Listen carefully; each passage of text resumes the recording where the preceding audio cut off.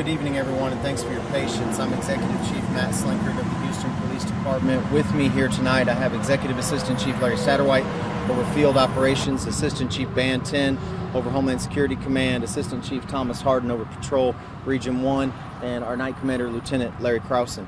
So what I'm going to do today is give you a briefing on an officer-involved shooting that happened here at this Shell station behind us in the 14,000 block of 59 North Freeway, and talk to you about what we know right now. This is preliminary information, and obviously as we gather facts over the next several hours, some of this information could change, but I will clear up anything that we know right now for you so there's no confusion.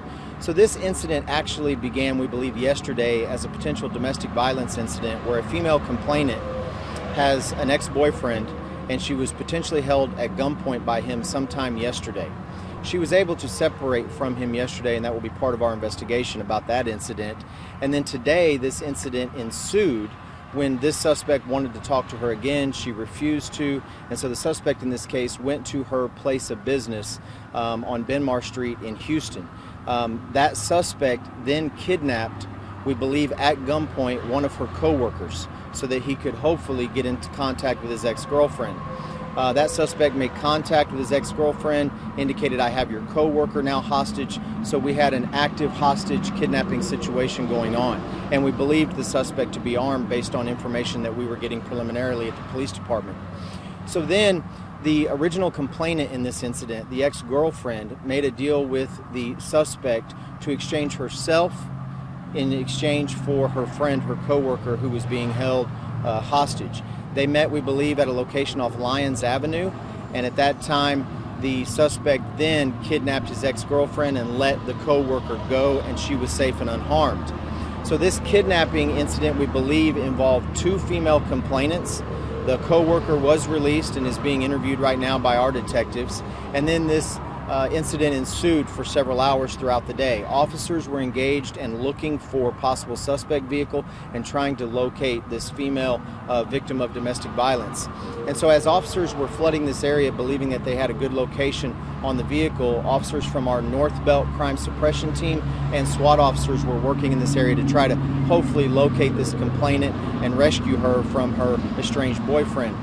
Officers were able to locate the suspect and the complainant, stopping the vehicle here, and had gone inside the Shell station. We believe preliminarily right now at this point that our female complainant believed officers might be locating her and catching up, and very bravely she asked if she could stop and use the bathroom. The suspect agreed, we believe, and stopped to use the restroom here, hopefully so that officers could have a chance to rescue her or find her. As they were exiting the Shell station after using the restroom, she got into the driver's side of the vehicle, the suspect got into the passenger side of the vehicle, and again, we believed him to be armed throughout this entire episode. Officers were arriving at that point and realizing that was likely the safest location to try to contain that vehicle and not let him escape with an active hostage situation. Officers at that time did a vehicle containment technique and blocked that vehicle in that was trying to exit the Shell gas station. When officers blocked the vehicle in, SWAT officers were also arriving and were giving verbal commands to try to get the female complainant out of the car safely. While they were doing that, in the process of doing that, and this all happened obviously in a matter of seconds, the North Belt CST officers that were focused on the suspect were giving verbal commands, realized that at some point he was reaching for what they believed to be a weapon that will all be part of our investigation. Officers discharged their firearm at the suspect when he ignored their verbal commands, and we have a total of 4 officers, all Houston police officers, who have discharged as part of this incident. 1 is an HPD sergeant and 3 are HPD officers. 4 officers total that discharged. We do not know if the suspect was able to discharge his weapon. Preliminarily, we don't believe that he did, but that will be part of our investigation going forward. The female victim is being rescued while this is happening, and fortunately, she is unharmed, uninjured, and she is safe, and our officers were able to rescue her and get her away from a violent suspect. Officers immediately approached, made contact with the suspect after they discharged their weapon, and the suspect obviously suffered gunshot wounds, and our TAC medic immediately began working on the suspect, and unfortunately, that suspect succumbed to his injuries here on the scene. I do not know an identity or will confirm an identity tonight. That will be part of our investigation going forward. Do not know age. We believe our suspect to be an African-American male, and our female complainant, the ex-girlfriend, is an African-American female. She is unharmed. She is being interviewed by our detectives. She is very grateful for the officers that came in and rescued her. I've had an opportunity, myself and Chief Satterwhite, to speak with her and make sure that she's doing okay. Obviously a very violent and traumatic situation. The suspect did have a semi-automatic pistol, and that has been recovered here on the scene. The suspect's firearm is on the scene and will be part of our overall crime scene investigation. We're going to be out here for several hours investigating all of the details all the way back to when this episode potentially began yesterday. We have right now, to our knowledge, 2 hostage kidnap victims. Both are safe, both are unharmed, but obviously have been through a very traumatic experience. And we have 1 suspect in this incident. That suspect, again, is deceased here on the scene and succumbed to his injuries. These officers obviously will be on administrative leave while we start our investigation. And we'll be out here for several hours with our Special Investigations Unit of Homicide, the Houston Forensic Science Center, the Harris County District Attorney's Office, and the Internal Affairs Division as we conduct our investigation. As per the Chief's policy, as you know, within 30 days we will have a preliminary release of body-worn camera in this incident. Obviously, we're going to have a lot of body-worn camera video to go through. I have not had an opportunity here on the scene to do that tonight. So this information is preliminary. It's what we know now to bring the public up to speed.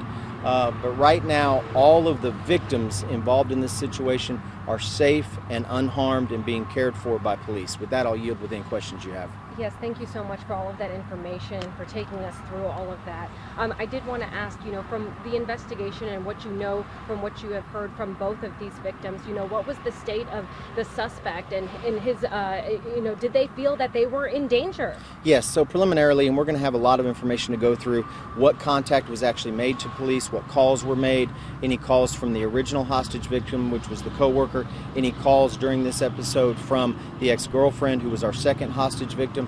All of that and any communications they were able to make or call into police will be part of our investigation. Just too early to unfold and unpack all of that here.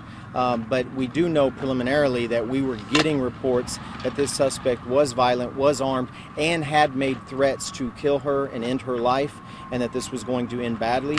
And so all of that information officers were processing as they were able to approach and realize that they could not let this suspect leave with this hostage victim. And so they utilized this opportunity to try to bring this to a safe conclusion. Unfortunately, it did end in an officer-involved shooting. But again, we are extremely happy that this complainant is safe and that she is unharmed. Now, we know you made the decision to make that contact here at the Shell gas station. Can you talk about the reasons why you chose this gas station, or why you chose this specific area versus on the road? Well, obviously, no location is ideal when you're going to engage a potentially violent suspect that has already made threats, has already kidnapped 2 individuals. And so there's no situation that's seemingly safe. There's no situation that is ideal for officers to engage. So you have to use your environment, and you have to make the best decision possible in a matter of seconds to try to engage a potentially violent suspect, which is what the officers did. Very proud that they were able to stop him from leaving with a hostage and continue this active kidnapping.